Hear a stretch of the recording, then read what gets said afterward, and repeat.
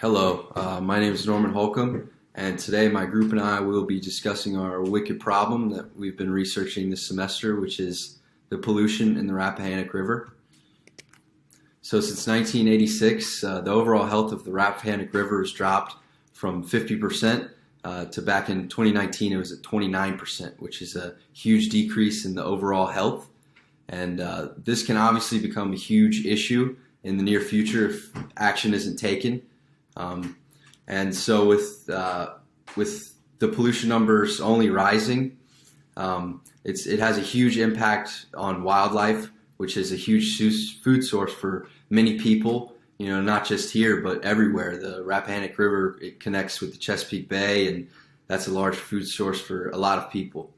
And so this pollution is due to mainly the erosion coming off of the rocks, which is putting different, sediments in the water, mainly nitrogen.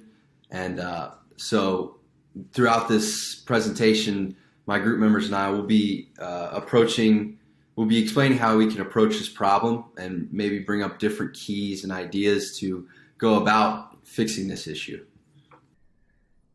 The Rappahannock River is a very important local resource for the greater Fredericksburg area. However, there have been both natural and unnatural problems with the river. Some problems that plague the Rappahannock River include soil erosion, lack of oysters, and the increase of microplastics and other types of pollution. If you ever walk by the Rappahannock River after a heavy rainfall, you can see how fragile the Rappahannock River banks are and how the trees along the river keep much of the dirt and debris from sliding into the water. There are two studies taken by the U.S. Fish and Wildlife Service in 2003 and 2005. The 2005 study found the rate for erosion and pollution, polluting the water of the Rappahannock River, increased and was dangerous when compared to the 2003 study. They attribute the increased rate of erosion to human influence and urban activity. The ground tends to move when there are large projects on the banks of the Rappahannock River. Soil erosion causes the river to become murky and less appealing for recreation and public use. Oysters are very good for the environment and especially the Rappahannock River. According to the Friends of the Rappahannock, one mature oyster can filter up to 50 gallons of water per day, which helps to remove nutrients and sediments from the Rappahannock River and Chesapeake Bay. Oysters require salt water and cannot live in fresh water, though they are able to survive the substantial salinity changes common in the area. According to Virginia Places, 2 hurricanes in 1955 flooded the Rappahannock River, causing a drop in salinity that lasted less than 2 weeks. But a significant percentage of the oysters in the upper end of the river died over just a 2-day period. Runoff from Hurricane Agnes in 1972 also altered salinity in streams for over a month. Along with water filtration, oysters and oyster reefs can serve as barriers to storms and tides, preventing erosion and protecting productive estuary waters. The National Oceanic and Atmospheric Administration, or NOAA, has identified oyster reef restoration as a conservation priority. Oysters make water healthier. Because oysters feed by filtering algae from the water, they function as a natural filter and improve water that is overloaded with nutrients. Oyster reefs can protect underwater vegetation and waterfront communities, such as Fredericksburg, from waves, floods, and tides. According to an article in the Journal of Shellfish Research, a program for restoration of the public oyster grounds at the mouth of the Rappahannock River was initiated by the Commonwealth of Virginia in 2000. Friends of the Rappahannock has multiple restoration programs that are happening in the area. Their oyster reef restoration program works with landowners, watermen, river bottom lease holders, partner groups, students, and local businesses to protect and restore native oyster reefs in the tidal Rappahannock River. The goals of this program are to promote a clean and healthy Rappahannock River, enhance habitat for fish and wildlife, restore oyster populations to sustainable levels, and among others. Microplastics and plastic pollution are also a major problem in the Rappahannock River and the surrounding environment. T.B. Duong's thesis at UMW analyzes how microplastics originate and end up harming the Rappahannock River. According to Duong, microplastics are plastic particles that are smaller than 5 millimeters in size and can originate from either industrial processes, personal care products, as well as the breakdown of larger plastic items. It is necessary to expand this pool of knowledge and implement this information into regulation and laws that can help protect health and humanity as well as protect wildlife. Microplastics can be seen in the picture above. According to the Friends of the Rappahannock, the main culprits by prevalence are cigarette butts, plastic bottles, plastic bags, food wrappers, and fast food cutlery, some of which you see in that same picture. Overflowing unsecured trash and recycling receptacles from homes and businesses contribute a substantial portion of litter debris. Consequently, the litter is conveyed into waterways through the local storm water systems. During a rain event, uncontrolled debris is swept from streets into drains that flow directly into out-of-sight streams. From there, the litter is either permanently deposited into local tributaries or swept into larger bodies of water, such as the Chesapeake Bay or Atlantic Ocean. The use of plastics, which has exponentially increased in recent decades, poses a significant threat to Virginia's waterways. Plastics, especially bags and bottles, fragment into increasingly smaller pieces, which are nearly impossible to remove from water and soil. The resulting microplastics do not biodegrade. Research finds that plastics can leach potentially harmful chemicals into water that can be passed back up the food chain via seafood. The Rappahannock River has experienced negative impacts due to urban and industrial activity. However, people can do things to prevent these issues from furthering problems within the Rappahannock River and local environments. So now I'm going to discuss some possible solutions to our wicked problem. So one possible solution would be volunteering. Volunteering is an excellent way to serve your community and get involved while learning more about a topic. Often the people that you work with are experts on the topic or are very well versed, so it can be very beneficial to work with those people who are often leading volunteering opportunities. Different ways to volunteer include campaigns, informationals, and assisting with cleanups. Another way to volunteer is to volunteer on your own time.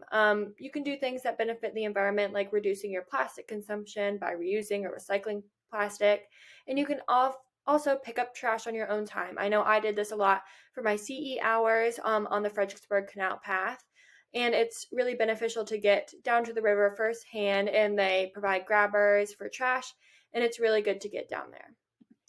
Some cons to volunteering is that often volunteering opportunities are not advertised or you're not working directly with a company, so it gets a little difficult. Another con is that there's no guaranteed contributors. So this is more of a con for an organization. When you set up a volunteering opportunity, it's not common that people are guaranteed to come.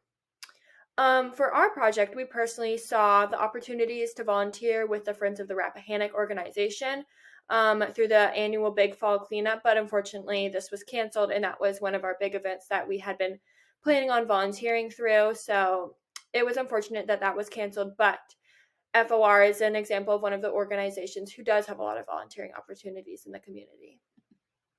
So another possible solution to our wicked problem would be getting involved in legislature.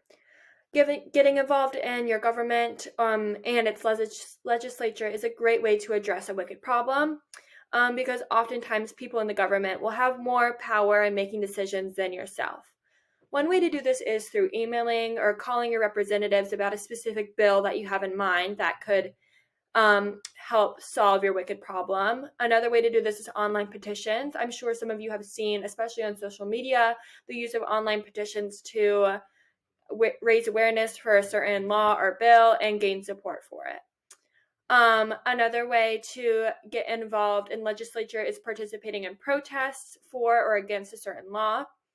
And so there are possible pros and cons to this solution. It's very time efficient if you're calling and emailing because oftentimes if someone is promoting a certain bill, they will have a format that you can use and just copy and paste your name into. And it's less hands-on in comparison to volunteering. However, the con is that there's no guaranteed response from lawmakers or representatives. We experienced a lot of this kind of ghosting when we were trying to contact city council members about our wicked problem. So that was unfortunate. And the last possible solution that I'm going to discuss is outreach and awareness. So you can create physical awareness through flyers, brochures, or even reaching out face to face, for example, having a table on campus walk. Another form of awareness is social media awareness through Instagram, Facebook, Twitter, email campaigns. Um, some pros and cons to outreach and awareness. Creating a social media presence is easy, but it's often hard to gain a following and it's hard to get people to see your posts. However, doing this can be free and easy, and it can also be fun. We as a group did not do this, but organizations such as FOR do, and I feel as though they could do a little bit of a better job because you have to go to their website to kind of find volunteering opportunities. However, they do provide a lot for the community. Hi everyone. So I'll be taking care of the visioning section for our presentation. Some things that could help decrease the river pollution, rivers in general, will be volunteering, legislature involvement, and spreading awareness. So, if we want change, we need people who are willing to do the physical work and pick up after people that are polluting the rivers.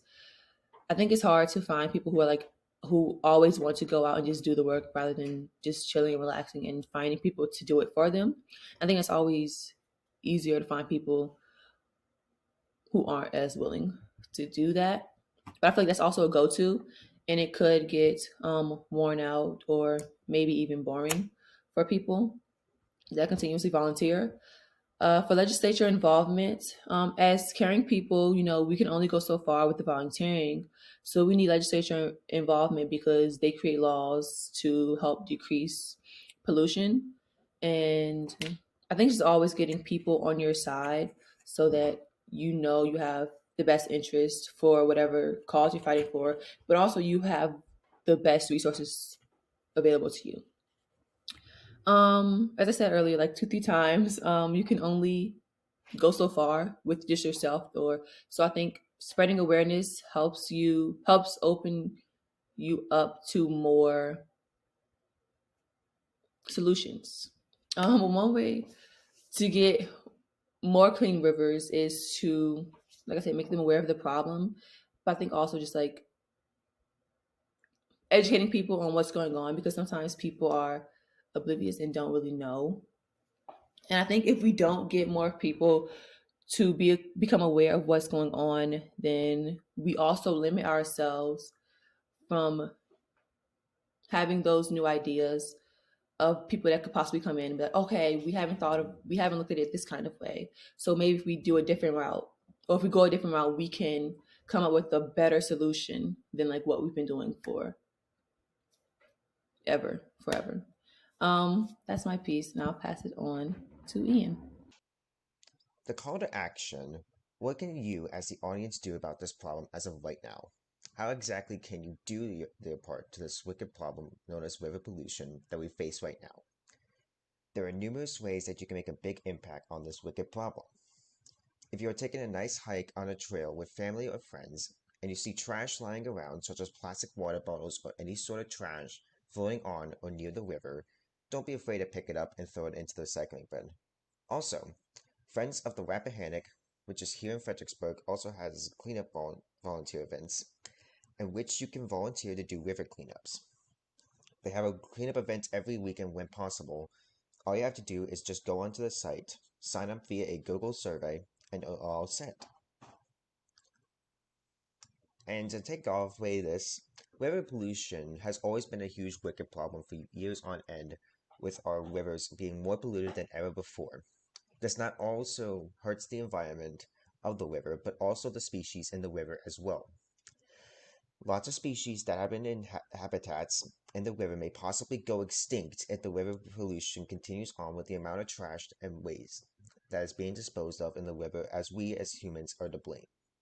This is why we, not only as a community, but as ourselves, should help out with this wicked problem, because if we do our part, rivers and other sources of water will be clean and healthy for us to drink, and as well as keeping our river species safe from extinction. Finally, if we do our part and contribute to the river pollution, It will have a significant improvement around the world if we clean up our rivers by throwing trash out, not littering, and participating in river cleanups in your area. Thank you.